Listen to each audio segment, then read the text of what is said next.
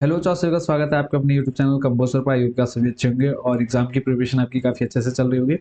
तो ये जो आपकी वीडियो है केमिस्ट्री की थर्ड वीडियो है जिसमें हम देखने वाले हैं शॉर्ट क्वेश्चन आंसर्स। इससे पहले हम दो वीडियो देख चुके हैं केमिस्ट्री के इंपॉर्टेंट क्वेश्चंस की, जिसमें हमने वेरी शॉर्ट क्वेश्चन आंसर्स देख लिए हैं। उसके बाद फिर आपके डेफिनेट टाइप जो आपके एक एक नंबर के प्रश्न पूछे जाते हैं वो देख लिए हैं।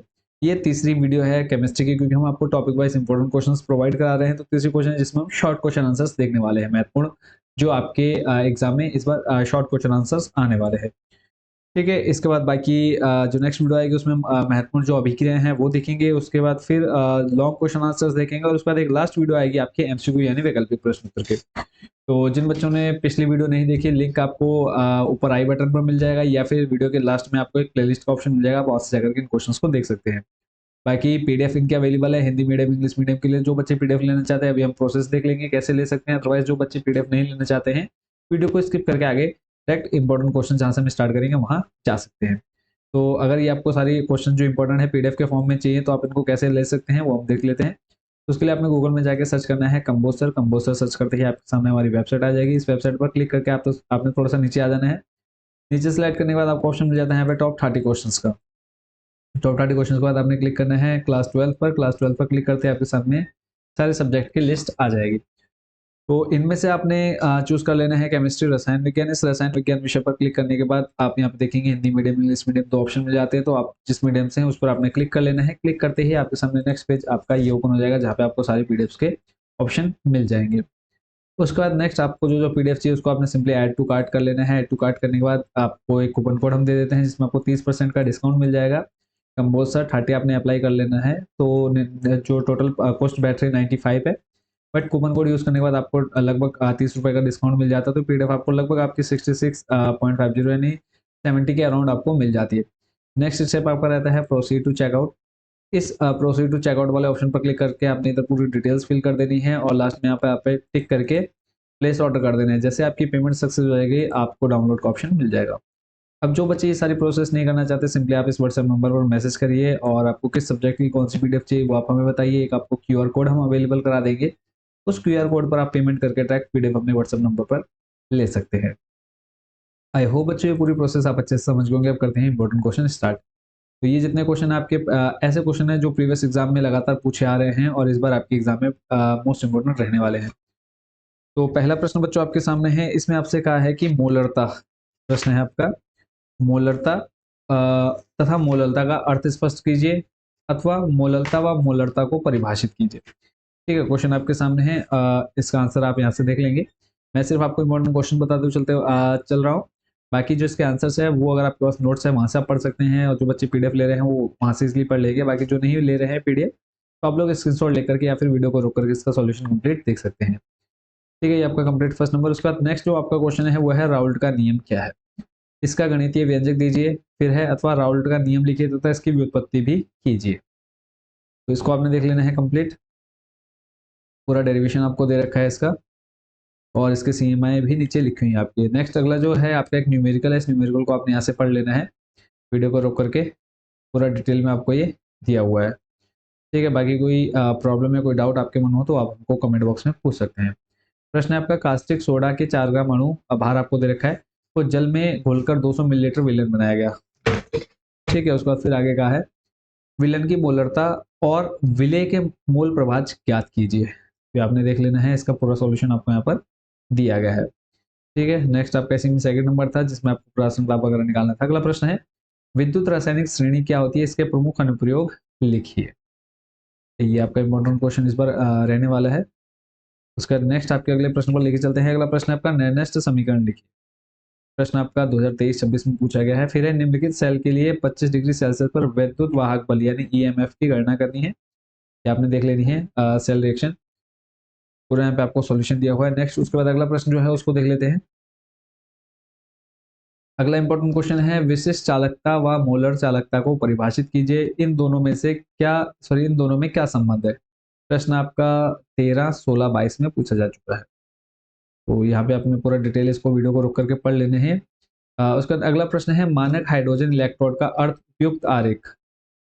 उपयुक्त आरेख तथा समीकरण देकर स्पष्ट कीजिए। प्रश्न आपका देखो 11, 9, 14, 16 में पूछा जा चुका है। एस एच ई।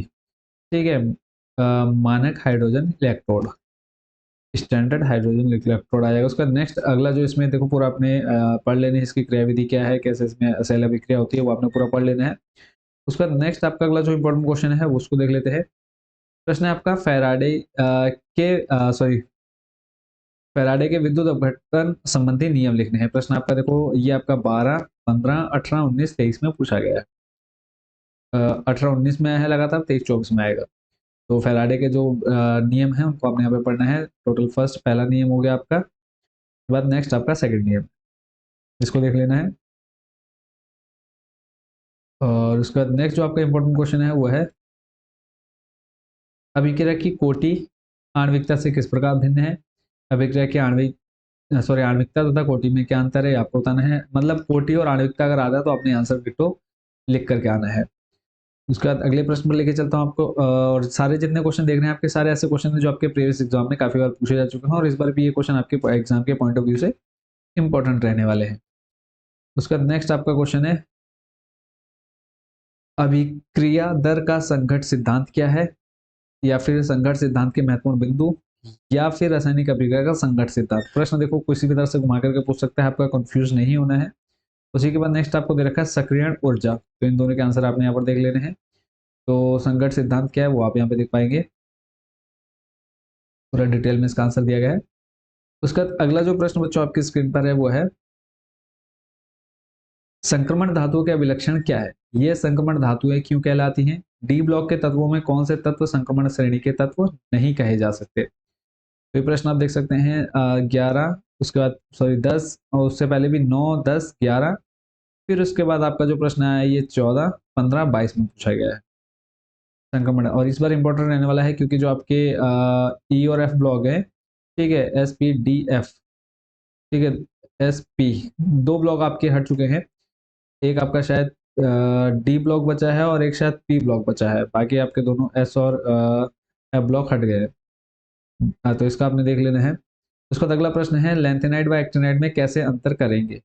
तो 2012, 13, 10, 11, 18 में प्रश्न आ चुका है लेंथेनाइड और एक्टिनाइड, उसको आपने पढ़ लेना है। अगला प्रश्न है यूपीएससी नियमों के आधार पर निम्न के सुव्यवस्थित नाम लिखिए। तो ये आपको इनसे रिलेटेड आपके 2 से 3 क्वेश्चन आपके एग्जाम में आने ही आने, तो यहाँ पे आपको टोटल 12 आपने इंपॉर्टेंट दे दिए हैं, फिर 12 के एक बार आपने नाम पढ़ लेना है, ठीक है। उसके बाद नेक्स्ट है आपका क्या होगा, इसमें आपको सिर्फ थर्ड नंबर, फोर्थ नंबर, 2 और फिफ्थ नंबर, ये 3 अभिक्रियाएं आपको देखनी है कि क्लोरोबेंजीन का जब हम जल अपघटन किया जाता है तब क्या होगा, ठीक है। और दूसरा है एथिल क्लोराइड की अभिक्रिया जलीय आपका आ जाएगा पोटेशियम हाइड्रोक्साइड से होती है तब क्या होगा। फिर शुष्क ईंधन की उपस्थिति में मेथिल ब्रोमाइड की अभिक्रिया होती है सोडियम से, तो ये आपका क्या हो जाएगा दूसरा, तीसरा, चौथा, ये आपने देखना है यहाँ पे। तो सेकंड वाली आपकी ये रही ब्रोमो बेंजीन, फिर क्लोरोबेंजीन थर्ड वाली, और उसके बाद नेक्स्ट आपकी फोर्थ देख लीजिए, ठीक है। उसके बाद अगला प्रश्न है प्राथमिक, द्वितीयक और तृतीयक एल्कोहल क्या होते हैं, इनकी परस्पर पहचान ऑक्सीकरण विधि द्वारा आप कैसे करेंगे। तो प्राथमिक एल्कोहल हो गया, उसके बाद फिर द्वितीयक, और उसका नेक्स्ट है आपका तृतीयक एल्कोहल, ठीक है। और इसी में आपको दे रखा है ऑक्सीकरण विधि द्वारा एल्कोहलों की पहचान, तो इसको आपने देख लेना है प्राथमिक की कैसे पहचान है, द्वितीयक की, फिर तीसरे तृतीयक की।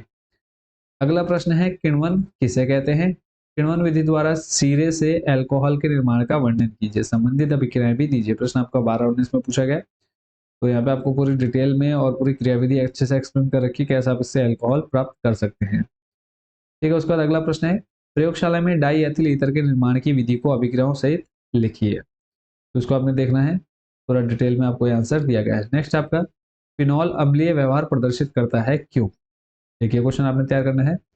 उसके बाद अगला प्रश्न है समझाइए कि क्यों एसिटाल्डिहाइड एल्डोड संघनन देता है जबकि फॉर्मल्डिहाइड नहीं देता है। तो एक आपने ये इंपॉर्टेंट क्वेश्चन पर तैयार करना है। अगला प्रश्न है इसमें एस्टरीकरण क्या है, कार्बोक्सिलिक अम्लों के एस्टरीकरण की क्रियाविधि को सविस्तार समझाइए।